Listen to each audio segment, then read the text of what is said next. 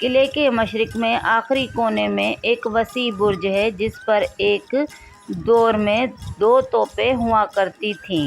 قلعے کے شمال مغرب میں شہید بادشاہ برج ہے جو کہ نیشنل ہائی وے کی طرف ہے، جہاں سے شہید بادشاہ کا مزار اور ڈجھی کے قدیم آثار نظر آتے ہیں، جہاں پر ایک جگہ کھدائی سے موہنجو دڑو سے بھی پہلے کی ایک انسانی آبادی کے آثار ملے ہیں۔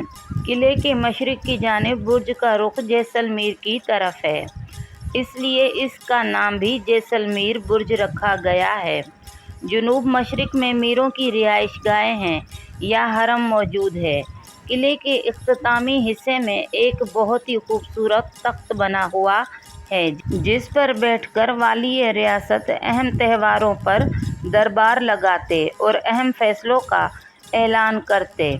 یہ بات وثوق سے کی جا سکتی ہے کہ کوٹ ڈجھی کا یہ قلعہ فن تعمیر کا ایک شاہکار ہے، جس سے سندھ کے باشندوں کے علم و ہنر اور ذہانت کا پتہ چلتا ہے۔ خیرپور کے سلطان میر سہراب خان ٹالپور نے جنگی مقاصد کے لیے اس قلعے کی تعمیر 1785 میں شروع کرائی اور یہ 10 سال کی مدت میں پایۂ تکمیل کو پہنچا۔ ٹالپور خاندان کے موجودہ سلطان میر علی مراد دوئم یہ قلعہ محکمہ آثار قدیمہ کے سپرد کر چکے ہیں اور آج کل اس قلعے کی دیکھ بھال محکمہ آثار قدیمہ کرتا ہے۔ تاریخ بتاتی ہے کہ یہ قلعہ اہم اسٹریٹجک مقام پر تعمیر کیا گیا تھا جو مشرق سے پیش قدمی کرنے والے دشمنوں کے خلاف ڈھال کا کردار ادا کرتا تھا۔ کسی تھکی ہاری فوج کو پانی کی تلاش کے لیے زرخیز زمینوں کی طرف بڑھنے سے پہلے یہاں مدافعت کا سامنا ہوتا تھا۔ اس قلعے کو ٹالپور خاندان نے 3 حصوں میں تقسیم کر رکھا تھا۔ ایک حصہ حیدرآباد کے میر خاندان کی تخت تھا، دوسرا حصہ خیرپور کے ٹالپور حکمرانوں، جبکہ خیرپور میرس کا ٹالپور خاندان تیسرے حصے کا کنٹرول سنبھالے ہوئے تھا۔ تاریخ بیان کرتی ہے کہ خیرپور میرس کے پہلے ٹالپور حکمراں میر سہراب خان بالائی سندھ کے سلطنت کے بانی نے اپنے دور حکومت کے دوران سرحدوں کی حفاظت کے لیے متعدد قلعے تعمیر کرائے۔ ان کے نام سے متعدد قلعے منسوب ہیں، جیسے تھر کے خطے میں امام گڑھ، جودھ پور کی جانب شاہ گڑھ اور ڈجھی میں احمد آباد وغیرہ۔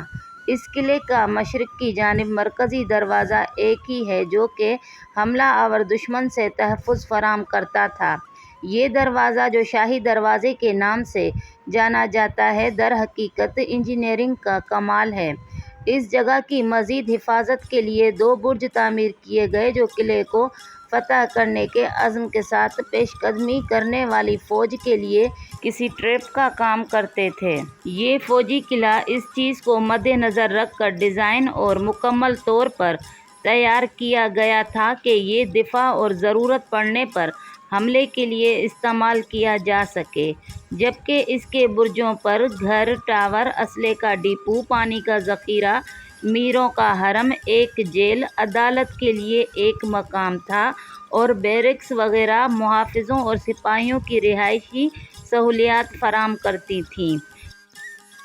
قلعے کے برج توپوں کو چوٹی پر لے جانے کے لیے بھی استعمال ہوتے تھے۔ یہ توپیں مختلف حجم کی ہوتی تھیں، مگر چونکہ ہر برج پر مناسب جگہ موجود تھی، اسی لیے انہیں مختلف سمتوں پر تعینات کیا جا سکتا تھا۔ کچھ برجوں کو شناخت دینے کے لیے نام بھی دیے گئے تھے، جیسے ایک برج فتح ٹھل کے نام سے جانا جاتا ہے جو کہ تیسرے دروازے سے ملحق ہے۔ دوسرے برجوں کو شفان، شفا اور ملک میدان برج کے نام دیے گئے جو کہ مغربی سمت میں واقع ہیں۔